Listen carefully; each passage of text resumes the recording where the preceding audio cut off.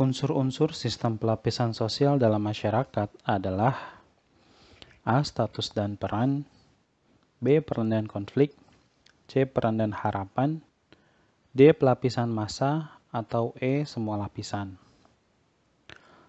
Nah, ini soal tentang apa sih? Ini soal tentang struktur sosial, ya. Pelapisan sosial itu juga adalah sebutan lain untuk stratifikasi sosial. Jadi ingat, di bahasan struktur sosial itu yang paling utama dalamnya adalah tentang stratifikasi atau perbedaan secara vertikal, kemudian diferensiasi atau perbedaan secara horizontal. Nah, kemudian unsur-unsur sistem pelapisan sosial itu ada apa? Apakah status dan peran, peran dan konflik, peran dan harapan, pelapisan massa, atau semua lapisan? Nah, ini ilustrasi dari pelapisan sosial, ya. Nah, terlihat ilustrasi di sini, ini di zaman dulu ya, zaman Firaun. Jadi, ya sistem sertifikasi kita tahu dari dulu sampai sekarang ada, cuman dengan perbedaan budaya, dengan perbedaan sistem pemerintahan gitu ya. Jadi tiap tempat, tiap negara, tiap masa pun juga punya sistem stratifikasi yang berbeda-beda. Nah, kalau yang ada di zaman modern sekarang dalam hal politik, misalnya pemerintahan, nah, dari yang paling rendah itu misalnya lurah gitu kan, di atasnya ada camat, di atasnya lagi ada apa? Ada wali kota, di atasnya lagi ada gubernur. Nah, kemudian presiden. Nah, kemudian kalau di tingkat pendidikan, kita tahu ada SD, SMP, SMA, S1, S2, S3, dan seterusnya. Nah, unsur sistem pelapisan atau stratifikasi sosial adalah status dan peran. Apa itu status dan peran? Status merupakan gelar, kedudukan, dan segala sesuatu yang disandang oleh seseorang. Jadi status itu juga mungkin bisa kita bilang julukan kali ya. Bagaimana kita memanggil seseorang. Nah, contohnya kayak di sekolah kita memanggil para pengajar kita itu dengan sebutan Pak Guru atau Bu Guru, gitu kan. Nah, guru itu merupakan status.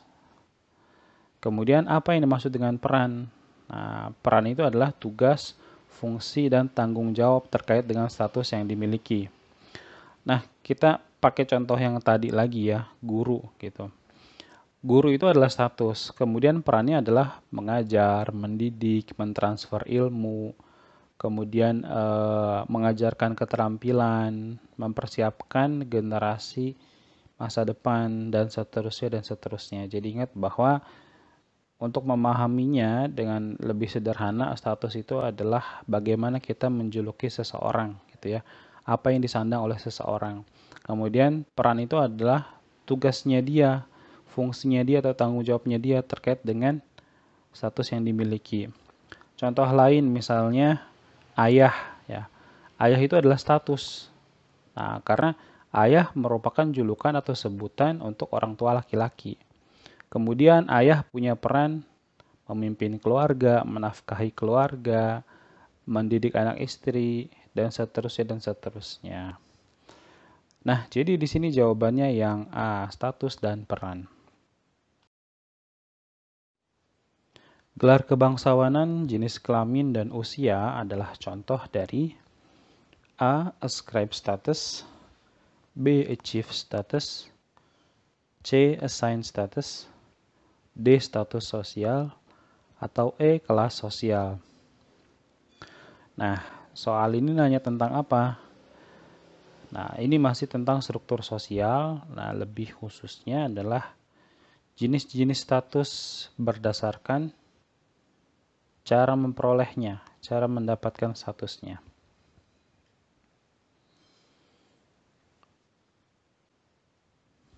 Ada beberapa jenis status sosial berdasarkan cara memperolehnya. Di antaranya yang pertama ada ascribe status. Artinya status sosial yang didapatkan secara otomatis sejak lahir. Contohnya apa? Gelar kebangsawanan. Nah, kok gelar kebangsawanan ascribe status? Iya, contohnya gini. Seorang anak raja itu kan otomatis menjadi pangeran, ya kan? Tanpa dia perlu usaha apapun. Jadi begitu lahir nih si bayi, dia kan nggak perlu usaha apa-apa, nggak perlu mendaftar apa-apa untuk menjadi pangeran. Secara otomatis dia jadi pangeran, si anak raja ini. Kemudian jenis kelamin, jelas. Nah, kita kan nggak bisa request ya jenis kelamin. Jadi itu udah kita terima sejak lahir. Kemudian berikutnya adalah achieve status. Nah, achievement, pencapaian.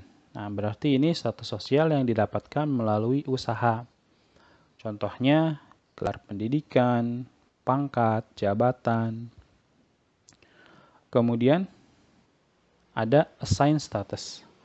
Assign status ini adalah status yang diberikan oleh pihak lain atau masyarakat. Contohnya, gelar kepahlawanan. Nah, seseorang yang dianggap pahlawan itu kan bukan karena dirinya sendiri mengangkat dirinya menjadi pahlawan, tapi orang lain. Nah, dalam hal ini adalah negara begitu ya, mengangkat seseorang yang berjasa itu sebagai pahlawan. Kemudian contoh lain apa dari assign status? Nah, berbagai gelar kehormatan itu semua termasuk assign status. Nah, mungkin kalian pernah dengar ada istilah honoris causa begitu ya.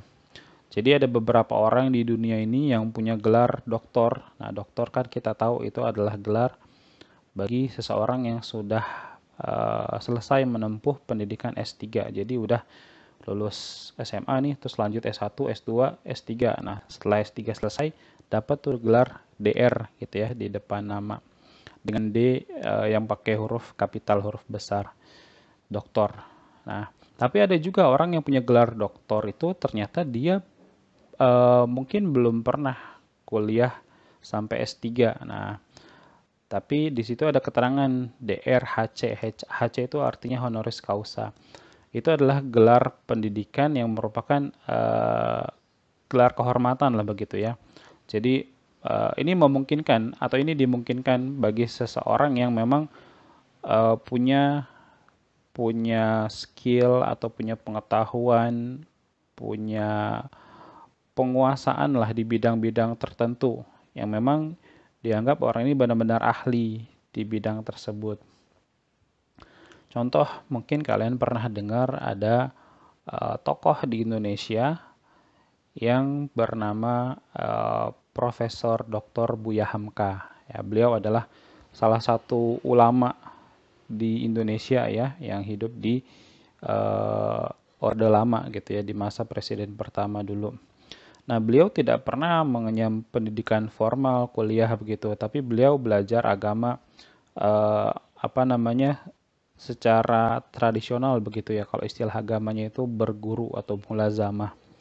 Nah, tapi kenapa beliau bisa punya gelar profesor doktor? Karena memang dianggap beliau ini mumpuni di bidangnya gitu. Nah, jadi berhak mendapatkan gelar tersebut.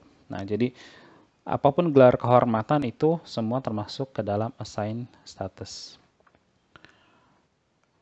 Nah, di sini jelas ya, gelar kebangsawanan, jenis kelamin, dan usia adalah contoh dari ascribe status. Dilihat dari dimensi politik, sistem sosial dalam masyarakat terdiri atas A. Tipe monarki, tipe oligarki, tipe demokrasi. B. Tipe kasta, tipe keturunan, tipe prestasi. C. Tipe kasta, tipe oligarki, tipe demokrasi. D. Tipe demokrasi, tipe aristokrasi, tipe feodal. Atau yang E. Tipe liberal, tipe demokrasi, tipe otokrasi. Nah, kok muncul soal kayak gini sih di sosiologi? Ngomongin bentuk-bentuk sistem politik begitu ya. Nah, memang ini masuk di bab apa? Nah, ini masuk di bab lembaga sosial ya. Lembaga sosial merupakan suatu sistem nilai dan norma yang sengaja dibangun untuk memenuhi kebutuhan atau urusan tertentu. Kita tahu ada lembaga agama, lembaga ekonomi, lembaga hukum, kemudian ada salah satunya lembaga politik. Nah, politik itu kaitannya dengan kepemimpinan, kekuasaan gitu ya. Kemudian, ini jawabannya apa dong? Nah, memang soal ini soal yang sifatnya wawasan ya. Maksudnya ini tidak bisa dijawab dengan cuma menganalisa gitu. Jadi memang kita butuh referensi di sini, butuh sumber bacaan. Nah, ini adalah klasifikasi menurut McIver. Nah, menurut McIver, pada dimensi politik, 3 pola umum sistem stratifikasi sosial yaitu ada tipe kasta, oligarki, dan demokrasi. Kasta adalah sistem stratifikasi yang tidak memungkinkan terjadinya mobilitas sosial. Nah, artinya seseorang di tiap-tiap status sosialnya, di tiap-tiap kedudukannya, itu tidak memungkinkan mereka untuk naik atau mengalami mobilitas vertikal naik gitu ya, pansos, ataupun turun. Nah, kita tahu seperti sistem yang ada di masyarakat Hindu gitu ya. Seseorang yang punya kasta sudra, ya sampai kapanpun dia akan menjadi sudra. Nah, begitu juga yang punya kasta-kasta lain seperti Brahmana, Waisya gitu ya. Kemudian ada Ksatria.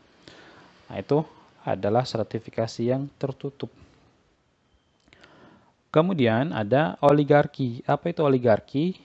Oligarki merupakan bentuk pemerintahan yang kekuasaan politiknya secara efektif dipegang oleh kelompok elit kecil dari masyarakat.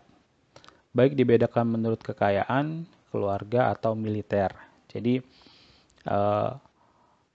oligarki ini istilahnya minoritas dominan. Maksudnya minoritas dominan, perhatikan di sini ada kata-kata dipegang oleh kelompok elit kecil. Jadi kekuasaan itu dimiliki oleh sebagian kecil orang gitu. Nah, kenapa kok bisa begitu? Ya, ini bisa terjadi terutama di negara-negara yang berbentuk kerajaan begitu ya. Jadi orang-orang yang sedikit inilah yang berpengaruh terhadap sistem pemerintahan suatu negara gitu. Jadi bisa berdasarkan kekayaan, keluarga. Nah, kalau keluarga ini kan jelas pasti kerajaan ya, atau bisa juga militer. Berikutnya demokrasi. Nah, demokrasi ini kan yang dianut oleh negara kita ya. Sistem politik yang dikuasai oleh suara terbanyak atau mayoritas. Jadi ini adalah mayoritas dominan. Nah, jadi maksudnya kalau tadi oligarki kan minoritas dominan. Nah, jadi ada kelompok yang jumlahnya sedikit gitu ya. Nah, tapi mereka ini memegang atau mendominasi kekuasaan. Nah, sedangkan demokrasi ini adalah kekuasaan itu dipegang oleh orang yang memegang suara terbanyak atau mayoritas dominan. Jadi di sini jawabannya yang C, tipe kasta, oligarki, dan demokrasi. Nah, di sini ada teksnya ya untuk soal nomor 49 dan 50. Jadi ini mirip-mirip format soal bahasa Indonesia atau bahasa Inggris. Ada wacananya. Kita baca dulu. Maraknya penyalahgunaan narkoba telah banyak mempengaruhi mental para remaja. Masa depan bangsa bergantung sepenuhnya pada upaya pembebasan kaum muda dari bahaya narkoba. Narkoba telah menyentuh lingkaran yang semakin dekat dengan kita semua. Teman dan saudara kita mulai terjerat oleh narkoba yang sering dapat mematikan. Tidak sedikit yang telah menjadi korban. Penyalahgunaan narkoba dapat menghilangkan kesadaran pemakainya, menyebabkan paranoia atau linglung, juga dapat membuat pemakainya melawan orang tua, tidak jujur, bahkan melakukan tindakan kriminal seperti pencurian, perampasan yang merugikan diri sendiri dan orang lain. Upaya mencegah penyalahgunaan narkoba antara lain dapat dilakukan dengan membangkitkan kesadaran beragama, melakukan hal-hal positif dan bermanfaat, selektif dalam memilih teman, menghindarkan diri dari lingkungan yang merusak, dan membentuk kelompok-kelompok kecil untuk saling mengingatkan. Bila berhadapan dengan teman yang terlibat penyalahgunaan narkoba, maka sikapilah secara simpatik. Mengetahui fakta-fakta tentang narkoba termasuk akibat penyalahgunaannya itu berguna untuk membuka kesadaran kita akan bahaya narkoba. Nah, sekarang kalimat soalnya. Peristiwa sosiologi apa yang dapat dimaknai dari paparan di atas? A. Kesadaran agama. B. Penyalahgunaan narkoba. C. Interaksi kelompok remaja. D. Sosialisasi narkoba. Dan E. Rendahnya kontrol keluarga. Yang mana jawabannya? Nah, jelas yang penyalahgunaan narkoba, ya. Kita buktikan di sini teksnya ya tentang penyalahgunaan narkoba. Nah, ini kita highlight dengan warna kuning. Ada penyalahgunaan narkoba, kemudian ada bahaya narkoba. Nah, sebut lagi di kalimat selanjutnya ada narkoba, penyalahgunaan narkoba lagi, penyalahgunaan narkoba lagi. Nah, jadi jelas di sini jawabannya yang B, penyalahgunaan narkoba.